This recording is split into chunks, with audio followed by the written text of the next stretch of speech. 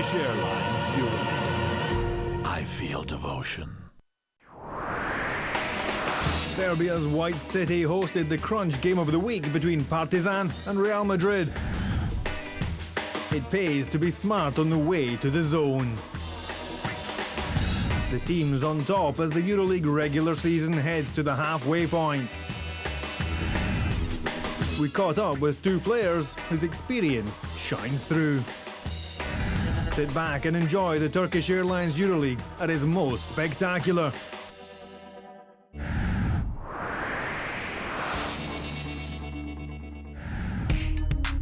The basketball capital of Belgrade, Serbia, with the largest indoor attendance ever in European competition was recorded, hosted the showdown between two legendary teams, Partizan MTS and Real Madrid. The home team secured their opening win of the season last week at home. First victory is very important for us because now our confidence is it's better, and we saw that we can win with the new guys. The Pioneer crowd was said to be, if possible, even more passionate to push their team onto a second consecutive victory. The crowd is great, the gym is always full. On the game night it's always crazy, but we need to be concentrated, and I think that's going to be the key. Partizan started strongly, racing away to a 10-point unanswered break in the first 4 minutes of play. Law gets in the lane, Law gets the layup.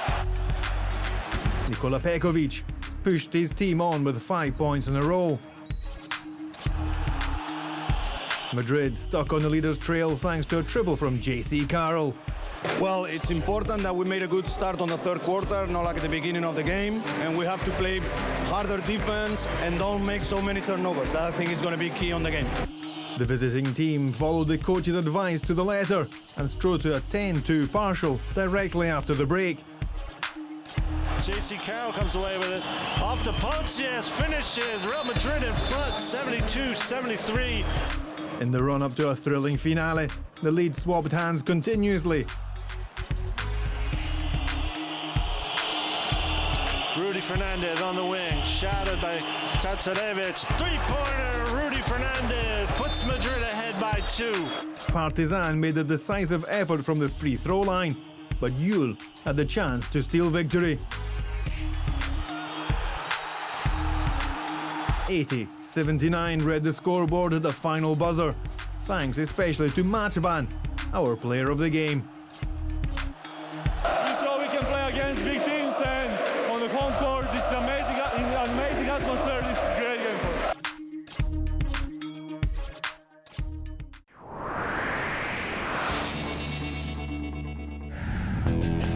us. There's a certain way to attack the zone. This one by dribbling. Or this one by passing. Both shooting from far out. Easy, but not a sure way to pick up the points. In approximately 60% of the plays, the shot is missed, even from the same position. Then there's another way, more tiring but more certain, working for a numerical superiority, sometimes at a rebound too. Broze and Unikaka showed us how to do precisely that. 1. The cut of Suput. From baseline to catch in the middle of the zone allows the 2-on-1, and the following pass to Slaughter. The pass by Valters to Karpajosa puts Slaughter 1 against 2. Then an easy pass to Sinanovic for an easy dunk. 2. By passing the ball. Look at Broze here. 9 passes, twice changing side.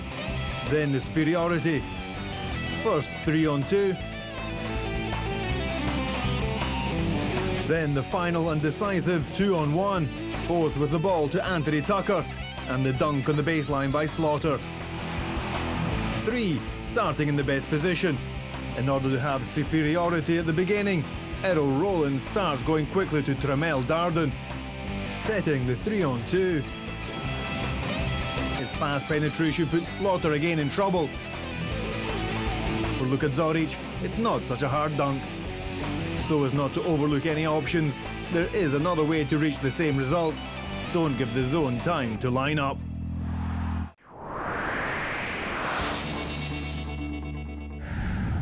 Big surprises in Group A. Cantu defeated a powerhouse like Olympiacos. The Italian side are now looking to restore their elite status. Also, Sluk Nancy edged an until then unbeaten Caja Laboral. In the game at Paladesio, Trinchieri's team showed its primary skill, the solidity of the group. The key player for Bennett was veteran centre Denis Marconato, perfect from the field and red hot when the situation demanded. With him, playmaker Andrea Cinciarini dished 6 assists to open the way to the baskets for his teammates. As usual, Vasilis Spanoulis was on fire and tried to push on Olympiacos, but it wasn't enough, and Cantu notched up his 3rd victory in this Turkish Airlines Euroleague. Caja Laboral's winning streak ended after 3 due to a great performance by Nancy. Hakim Bala, 11 from 16, was unstoppable under the basket, and Nicolas Batum dominated every centimetre of the court, scoring from every range, grabbing rebounds and dishing assists. Battling it out for a spot in the top 16, Fenerbahce Ulker claimed an important victory in Bilbao.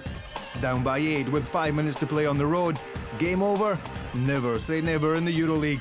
Curtis Jerels led the 14-point unanswered run for the Turkish team's amazing comeback, which secured its 2nd victory.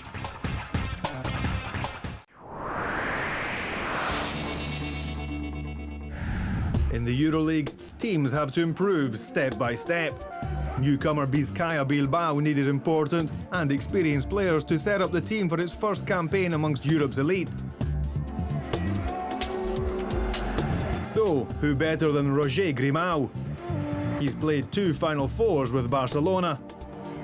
I was very exciting, because I saw many Final Fours when I was a child from the TV. Staying in one Final Four for me was the maximum in that moment. I stayed nervous because it's a big tournament. I knew that everybody was looking at that Final Four. As experience, it was a good thing staying in break. In Berlin, we have a team enough to win, and we had, I remember, like 5 bad minutes when Ziskauskas killed us, and we had the game in the good line, but in a Final Four you cannot go out of the game for 1 minute. And I think this game was a good experience for us for the next year in Paris to win, because we had experience, we knew how to play, and finally we won. And finally lifted the trophy in the 2010 in Paris. It's going to be always in my mind.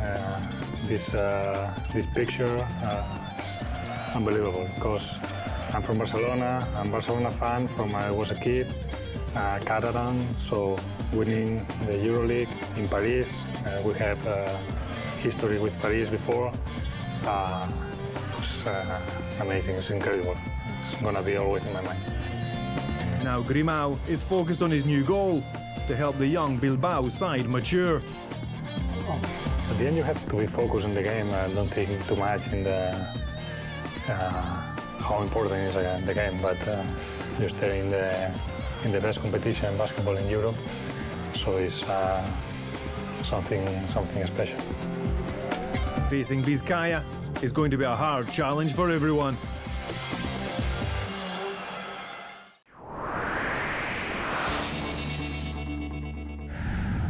Euroleague's Clash of the Titans took place in Week 4 at the Waka, Athens, where one of the most impressive teams so far, CSKA Moscow, defeated defending champ Panathinaikos 78-76.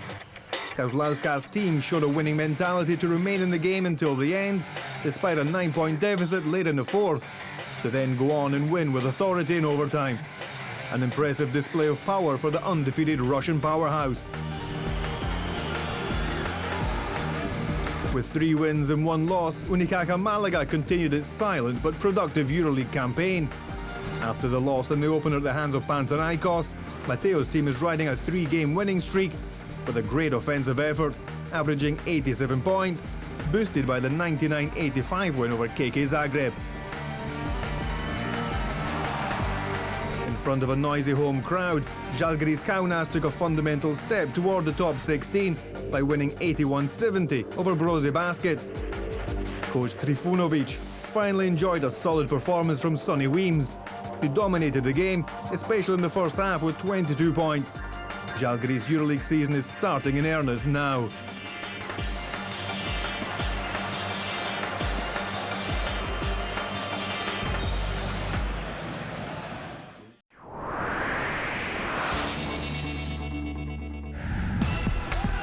Mantas Kalnietis was born and raised in Kaunas. He's grown up with the team, and despite being only 25, he's in his 7th season at the Greens, the symbol of a city which loves basketball. We don't have many great things to proud, especially against big European cities. So Žalgiris probably is one of the best things what we have in Kaunas, and we are proud of that. Kalnietis is an all-round guard. He loves to have the ball in his hands. He can penetrate and go to the rim, but he can also be a good three-point shooter. I'm playing most of the time. I'm playing point guard. Many experts and coaches said that I'm not like real point guard. I'm combo, like 1 and 2 positions. So I'm between position, but I like to play most point guard. He's a confident player with a high basketball IQ and has been demonstrating important leadership on the court since 2005. From year to year, you get experience, new experience. You know what is better on one and another situation, and you can control better and better. You try to understand your teammates, what we can do that night, and you try to help them. In 1999, Žalgiris Kaunas won the Euroleague title with a great team, the most important victory in the Lithuanian club's history. I was just 13 years old, and the next day I was supposed to go into school, so my parents didn't let go to the streets like many people, so I stayed at home. And I was happy, but at home. He came through the junior team ranks and has spent his entire career with the team, becoming, notwithstanding his tender years, the player who most represents Žalgiris. Well, I don't feel a veteran in basketball, but here, maybe you're right. I didn't think too much about that, but maybe you're right. I know what's happening here, I know all small details here. Kalnietis, the keeper of Žalgiris secrets.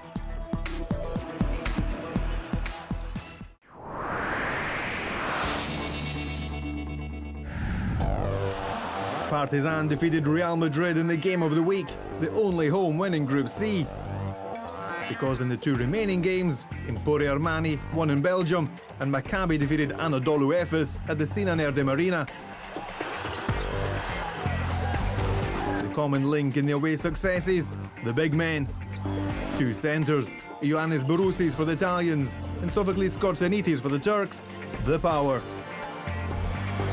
4 big forwards, Danilo Gallinari and Antonis Fotzis for Milan,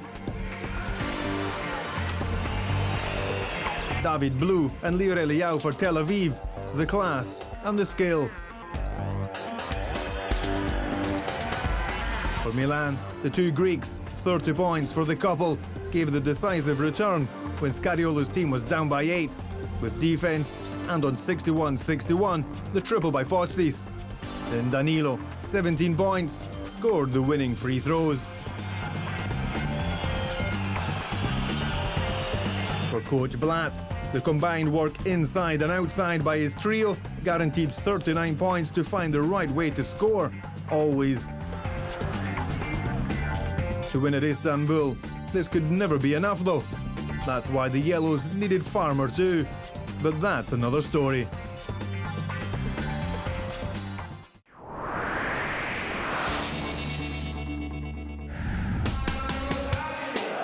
Many countries, many fans. Who are the most impressive? Let's ask the players. Belgrade, Pioneer, and maybe after that, maybe Maccabi in Tel Aviv. Those 2 arenas are unbelievable. Like, they're always packed, they're always full, They always have fans that actually understand basketball, and maybe after that, I would say in Spain, you know, you're playing Real Madrid or you're playing Barcelona. The fans know the basketball. They actually, you know, they have an impact on the referees. They have an impact on the players. There's a lot of groups of fans that are impressive. I've played in Vitoria, who has some of the best fans. Malaga in Spain also have some great fans. You will hear a lot of players say that they think that their own fans are the best, but until everybody has come to our arena here in Bamberg, they can't say that they have the best fans. Our fans are the loudest and the most passionate of any fans I've played for in Europe and in the NBA anywhere. Like example, when we play in Greece, there's aggressive fans. They like this is just the way they, you know, think the game should go. They always cheering, singing a song. Same in the Belgrade when we're playing against Partizan. There's 20,000 people who's not sitting. Everybody's jumping, cheering, yelling something. But there's some kind of teams and have the fans arena like the Spain. They aggressive in the moments. So they sit and watching the game, they understand the game, but when it's the time to support the team, they do it.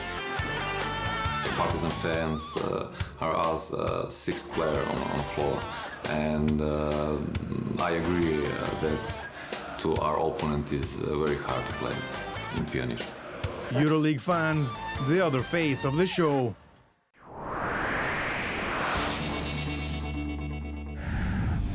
Regal Barcelona was the only team that defended its home court this week in Group D. The Blaugrana impressed everybody, dominating Montepaschi Siena in a clash of the undefeated 92-75. Chuck Edson showed the way with an impressive all-round effort, and big men Erzem Lorbeck and Boniface Ndong also added quality and power.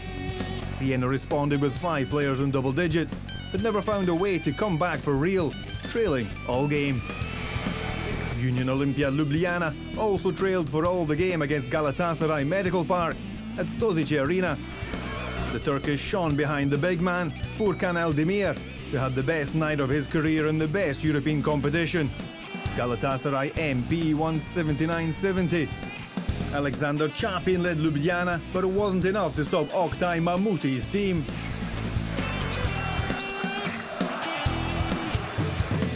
Unix Kazan won the second game of the season on the road, beating Asseco Procom 72-68. The Polish side was still winless, despite 19 points and 9 rebounds from Lithuanian rising star Donatas Motiejūnas. Henry Domerkant showed again that he can score for real, leading the guests with 23 points. Kazan now sit on 2 wins and 2 losses, equal with Galatasaray MP.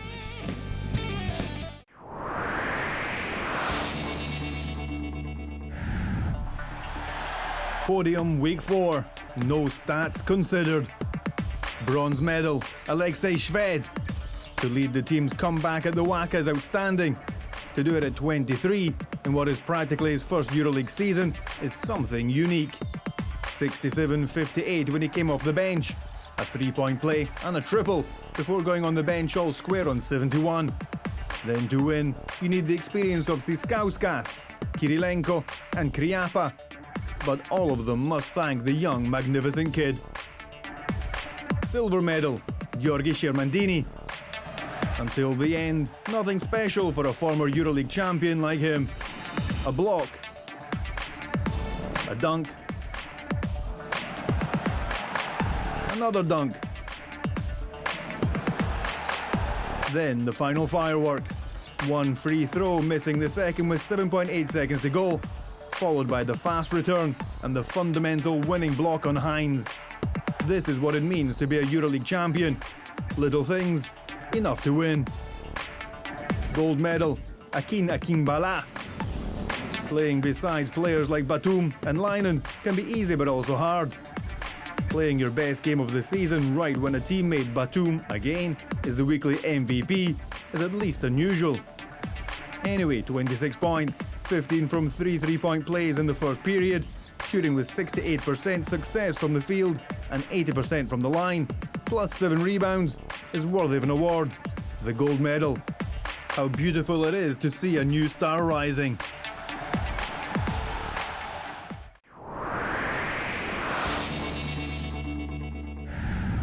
Pace helps, but it's not always necessary. An example? Better, too, both playing for Unix Kazan. Henry Domerkant and Kelly McCarthy.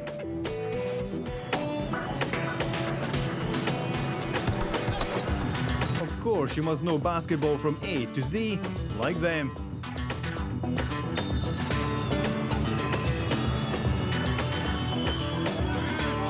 One, the timing. Look when Domerkant starts. The perfect moment going to the perfect point. To catch and shoot is easy. Now the combination is between them. First cut by Henry to receive. The second cut by Kelly, cleared up by Domerkant for the corner triple.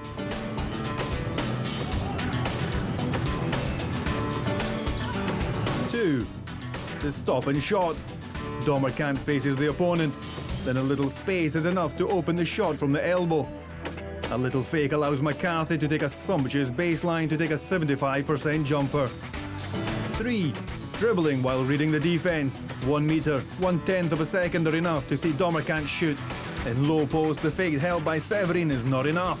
Kelly reads, dribbles and shoots. 4. The fantasy. A Djordjevic move. Continuing the cut after his own pass. Incidentally, to win the game. When everything else is denied, what's better than a hook shot? Basketball, not only a question of running and jumping.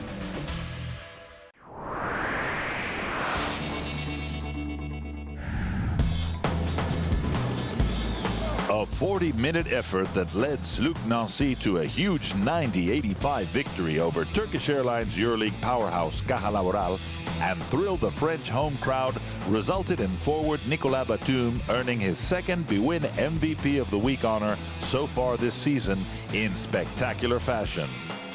Along the way, Batum did his damage in every which way for Nancy. He finished with 21 points on high percentage shooting from all spots on the court.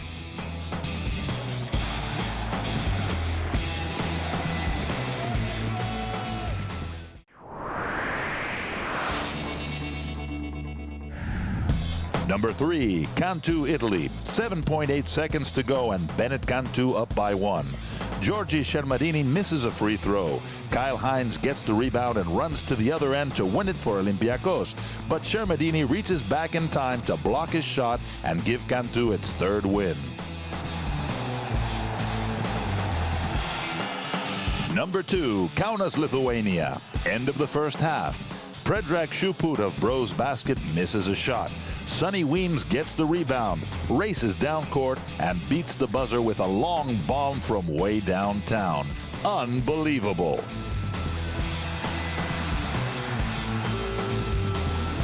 And the number 1 play of the week, Nancy, France. Kevin Serafin soars for a huge block on Moussa Badian, who runs the other way and rejects Reggie Williams' shot. Oh my.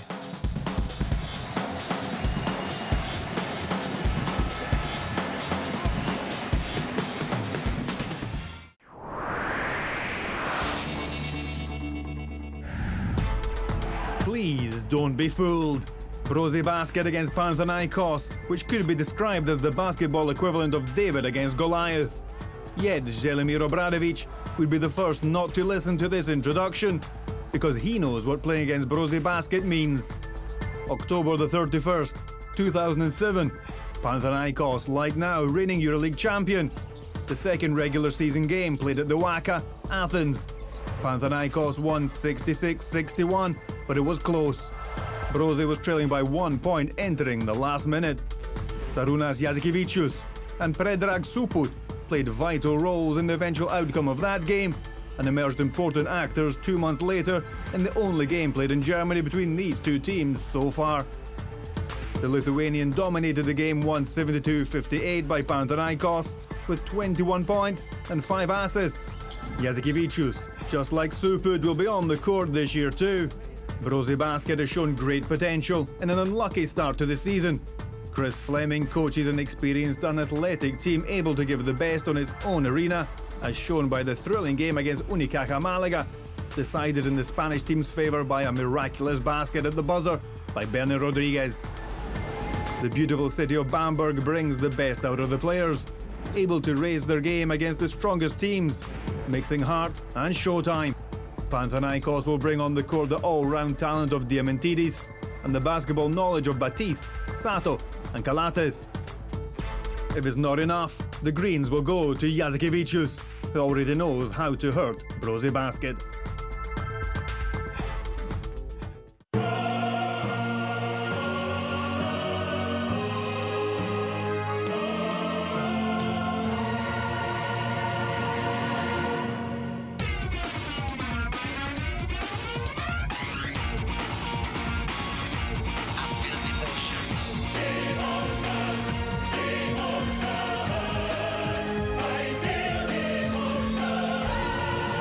Turkish Airlines, Euroleague. I feel devotion.